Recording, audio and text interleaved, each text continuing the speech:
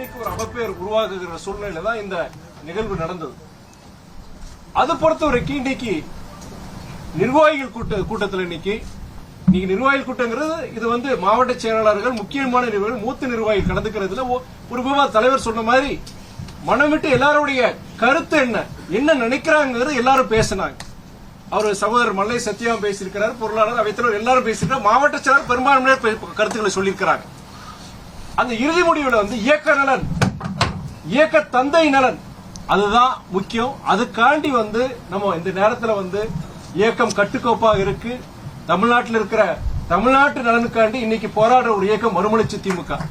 இந்த இயக்கத்துடைய பயணம் இனிய சீரும் சிறப்புடன் தொடரணுங்கிறதுக்காண்டி நாங்க பேசுறோம். சகோதரர் மல்லை சத்யா பொறுத்த வரைக்கும் சில நிகழ்வுகள் பொறுத்தவரைக்கும் நான் முதற்கொண்டு பல பேர் குற்றச்சாட்டு வைக்கும் போது எல்லாம் முடிவுல கடைசி என்னன்னா சில அது வருத்தம் தெரிவிச்சிருக்கிறாரு. இனிமே இந்த இயக்கத்துக்கும் தலைவருக்கும் எனக்கு உறுதுணையா பக்கபலமா இருக்கிறாரு ஒரு வாக்குறுதி கொடுத்திருக்கிறாரு.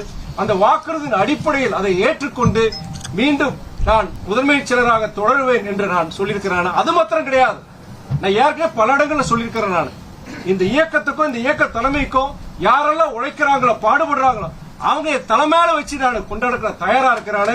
இயக்கத்தோழர் நம்முடைய சகோதரர் மல்லை சத்யாவுடைய அரசியல் வாழ்விற்கு நானும் உறுதுணையா இருப்பேன் என்று சொல்லி நான் முடிச்சேன்.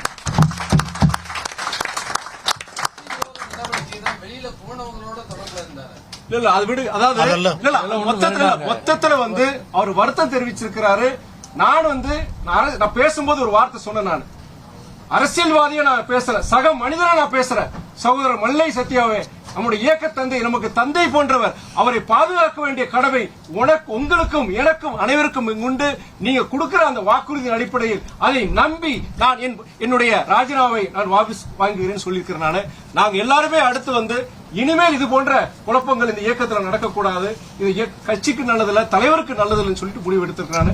தயவு கூர்ந்த பத்திரிகை தோழர்கள் நண்பர்கள் பொறுத்தவரைக்கும் இந்த இயக்கம் பொறுத்தவரைக்கும் இந்த தமிழ்நாட்டில் தமிழ்நாட்டு வாழ்வாதாரங்களுக்கு போராட இயக்கம், போராட ஒரு தலைவர், அரசியல் எல்லைகளை கடந்து தேர்தல் அரசியலை கடந்து இந்த பாடுபட்ட இந்த இயக்கம், இந்த தலைவர், இவங்க நாங்க நல்லா இருக்கணும்னு நினைச்சு நீங்களும் இந்த சில இனிமே நடந்த தலைவர் சொல்லிட்டாருல, நடந்தவையா இருக்கட்டும், இனிமேல் நடக்க இருக்கின்றது நல்லவையா இருக்கட்டும் சொல்லியிருக்கிறாரு. நல்லதே நடக்கட்டும் சொல்லி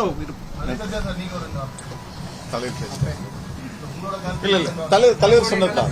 தலைவர்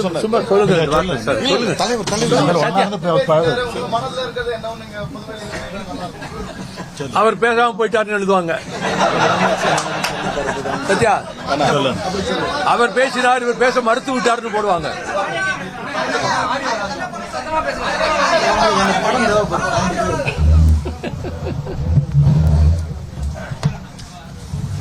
பத்திரிகையாளர்களுக்கு நன்றி.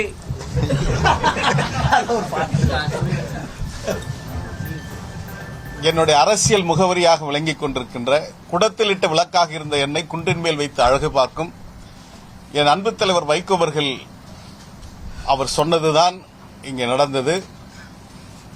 கழகத்துடைய முதன்மை செயலாளர், திருச்சி நாடாளுமன்றத்துடைய பெருமைக்குரிய உறுப்பினர் சகோதரர் துரை வைகோ அவர்கள் அவர் அந்த பதவியில் நீடிக்க வேண்டும், என்னுடைய நடவடிக்கைகள் அது காயப்படுத்தியிருக்குமேயானால் அதை நான் அதற்காக வருத்தம் தெரிவிக்கிறேன். நீங்கள் தொடர்ந்து இயக்கத்தை முன்னெடுத்து செல்கின்ற இடத்தில் முதன்மைச் செயலாளராக தொடர வேண்டும் என்ற என்னுடைய விருப்பத்தை சொல்லியிருக்கிறேன்.